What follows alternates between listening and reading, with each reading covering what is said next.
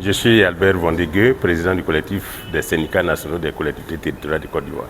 Il y a urgence à notre maison parce que à partir du 7 novembre, les budgets vont être soutenus et jusqu'à présent, ce que le président de la République a promis à tous les travailleurs de Côte d'Ivoire ne sont pas encore pris en compte par nos tutelles respectives. C'est ce qui nous amène ici ce soir. Décision, vous sortez de la rencontre? Oui, nous avons décidé de continuer d'observer, mais en tout cas jusqu'au 7, si rien n'est fait, nous serons obligés de débrayer. Vous avez dit aviser, aviser c'est quoi? Aviser, c'est donner son avis. Voilà. Aviser, ça vient du mot avis. Mais voilà. Quelles sont les revendications? Voilà. Les plus grandes revendications, c'est que dans la zone CNO comme ça fait depuis plusieurs années que les amis attendent les arriérés.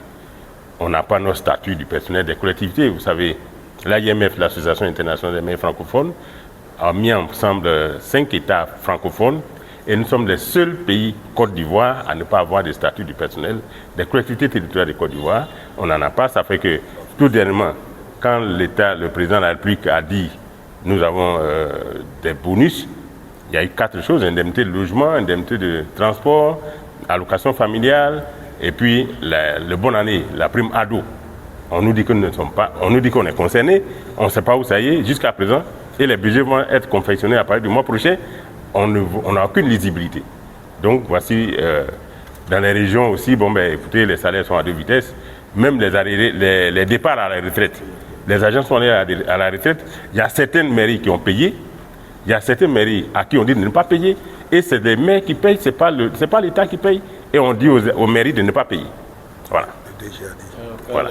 Quel message pour vos agents? Voilà, nous demandons à tout le personnel des collectivités territoriales de Côte d'Ivoire de se tenir prêt pour les mots d'ordre qui vont venir, parce que nous avons fait tout ce qu'on pouvait faire en matière de négociation, en matière de toutes sortes de rencontres.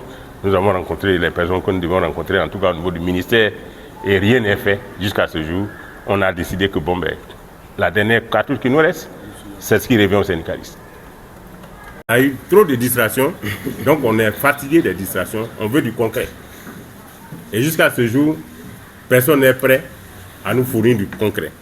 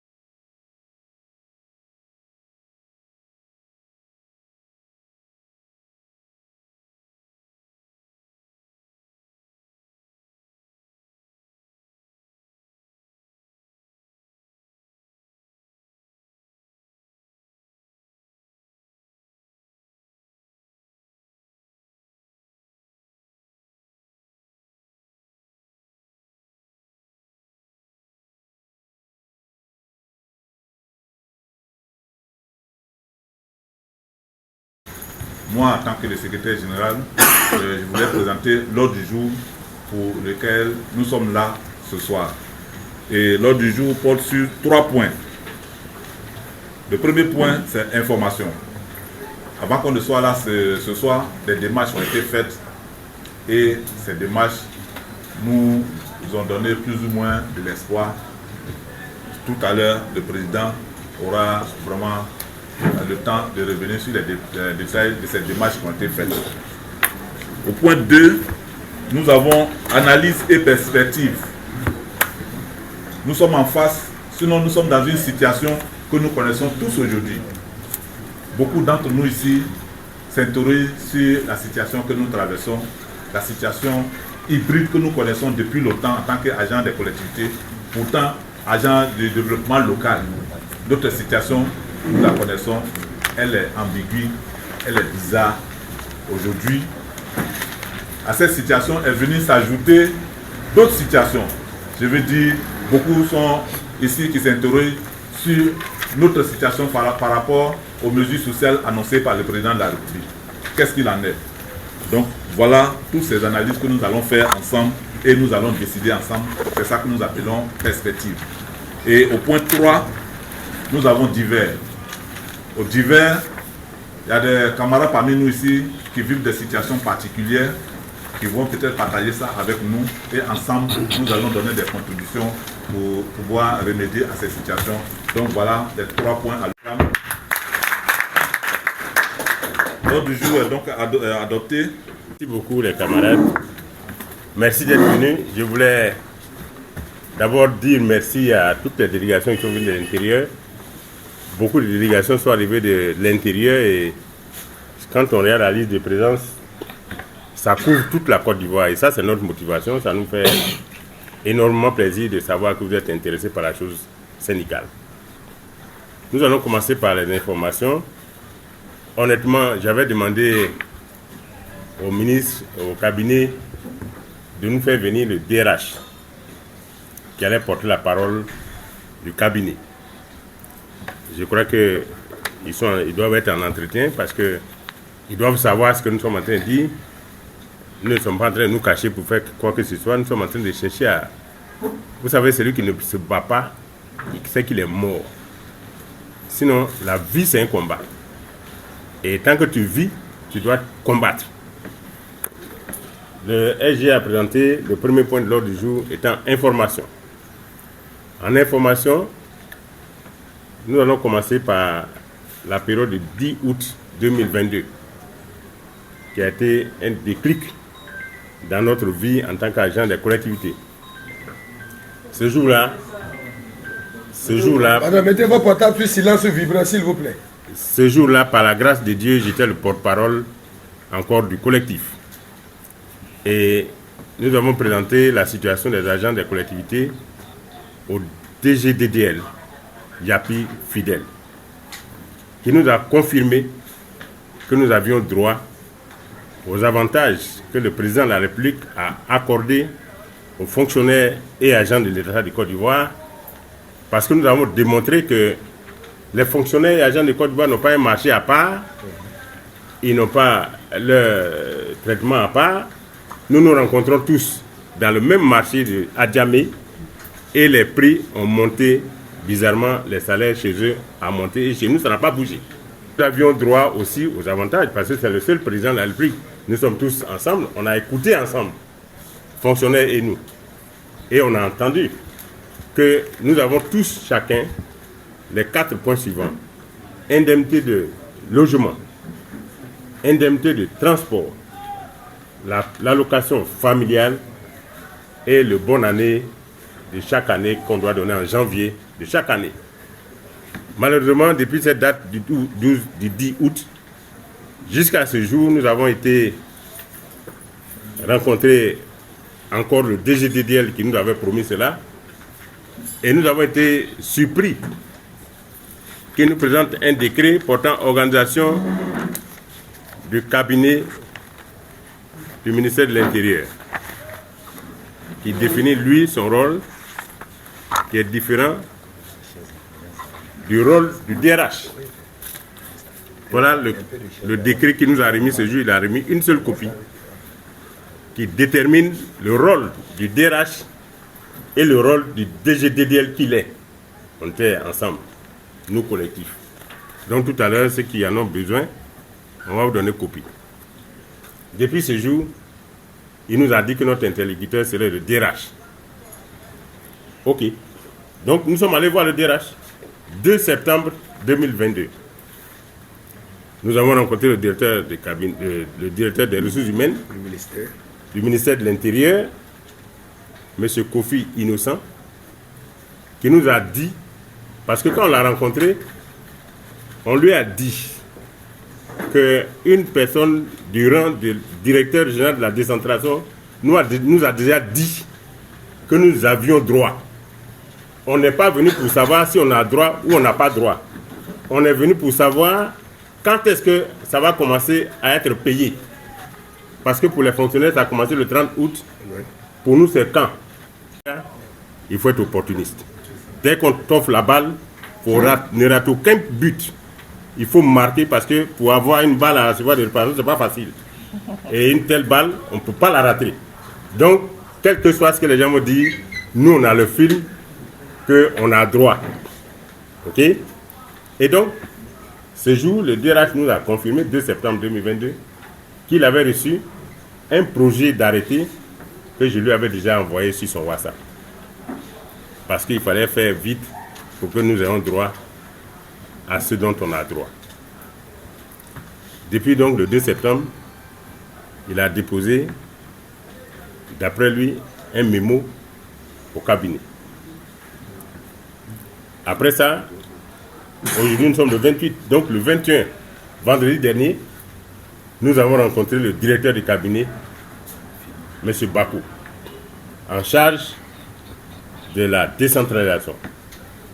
Mais qu'est-ce qui fait que nous courons? Les budgets, à partir du 7 novembre, les budgets vont être confectionnés et il y aura soutenance. On nous appelle de partout.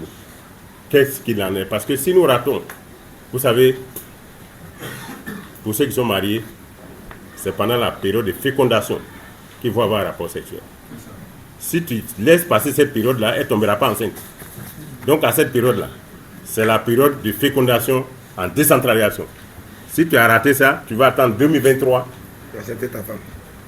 pour que tu aies ce que tu veux avoir là. Ce que tu veux avoir là, tu auras ça en 2023.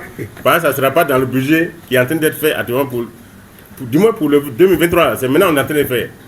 Si tu as raté ça, tu attendras 2024. Nous courons. Et nous avons raison de courir. Sauf que nous savons courir. Donc, voici présenté jusqu'à cet après-midi. J'ai joint le DRH qui m'a dit qu'il montait au cabinet rencontrer mon ami. Vous savez, dans la vie, le père peut vouloir livrer l'enfant, mais l'enfant se débat. L'enfant ne va pas dire comme c'est le père qui m'a accouché, donc je ne vais pas me débattre. Nous sommes au ministère de l'Intérieur. Mais si on ne nous regarde pas, on fait comment? On est obligé de se battre. Alors, voilà les informations données jusqu'à ce jour. En tout cas, jusqu'à ce qu'on commence cette réunion, le DRH ne nous est pas revenu et personne du cabinet ne nous est revenu. Il faut dire même que j'ai appelé Dika pour rappeler. Voilà. On était ensemble quand je lui ai demandé d'appeler le directeur du cabinet. Tu l'as appelé? Oui, j'ai rappelé. Voilà. Pour dire que nous, on a, en 48 heures, on a agi. Voilà. On dit quoi là-bas? Il dit qu'il a déjà rendu compte. Qu'il a pris un engagement, il va honorer. Oui. Est-ce que les budgets sont venus et puis on n'a pas vu ça dedans? Mais ça, c'est du... En matière de délation, c'est-à-dire on appelle ça de la distraction. C'est-à-dire on te distrait avec les verbes. Or, à cet âge et à ce niveau de vie, on ne peut plus être distrait. On a eu trop de distractions, donc on est fatigué des distractions, on veut du concret. Et jusqu'à ce jour, personne n'est prêt à nous fournir du concret. C'est vrai, c'est des promesses. Mais nous n'avons pas continué. Au moment où on m'appelle de Sangon, on m'appelle de telle mairie, on a été à monter le budget. On fait comment? Non, non, les papiers vont arriver. Et les papiers, on ne voit pas où sont. On a fait des propositions. Et voici nos propositions. Hein. Nos propositions sont simples. Oui, au niveau du transport, on va les propositions. Au niveau du transport à Abidjan, on passe à 50 000. Les collectivités passent à 50 000. Boaké passe à 40 000. Les autres villes passent à 32 000. C'est selon la fourchette que le président a dit. Logement. Au niveau du logement, vous savez, il y a indemnité de résidence et il y a indemnité de logement. L'indemnité de résidence, c'est une prime qui fait 15% du salaire de base qu'on donne à tout travailleur du monde. L'indemnité de logement, c'est donné à ceux qui ont droit à des logements de fonction qui n'en ont pas. Donc on leur permet de prendre la maison. Alors un président peut se lever pour décider, comme le président Alassane l'a fait, nous disons merci. Ça se faisait en son temps en Libye. Ça se fait dans certains pays. Vous allez en Europe, c'est la commune qui gère tout ce qui est logement. Pour l'indemnité contributive au logement, pour les agents que nous sommes, c'est 60 000. Au niveau de l'allocation familiale, nous avons déjà 7 500 par enfant, par mois. 5 000. 5 000. Ah, demain c'est 5 000. Oui, c'est 5 000. Ok. Non. Donc après, le président dit que c'est 7 500. Maintenant, il y a la prime exceptionnelle de fin d'année, qu'on a appelée la prime ado, que j'appelle bonne année, qui est un tiers du salaire brut imposable. C'est de tous ces facteurs-là qui est en souffrance dans les locaux de la décentralisation et du ministère de l'Intérieur. Nous devons nous asseoir pour que le fruit tombe. Vous savez, entre les jambes d'un mouton, il y a 2 paires de testicules qui balancent, mais qui ne sont pas prêts à tomber. Un chien qui n'est pas prudent, il reste au village toute la journée, il voit la viande, il dit ça va tomber, et jusqu'au soir, ça ne tombe pas. Et le demain matin, jusqu'à ce qu'il ait faim, et qu'il décide d'aller au champ, parce que la viande qu'il voit là, ça ne va jamais tomber, ça ne fait que balancer. Si nous sommes assis en train de regarder les papiers, les arrêtés, les théos vont sortir et que ça ne sort pas, nous allons rester jusqu'à ce qu'on confectionne les budgets. On va attendre 2024, 2025. Alors quand c'est comme ça, il faut tuer le mouton lui-même pour prendre les testicules qui balançaient là, aller les briser. Donc, nous sommes obligés de nous battre pour avoir les testicules qui balançaient.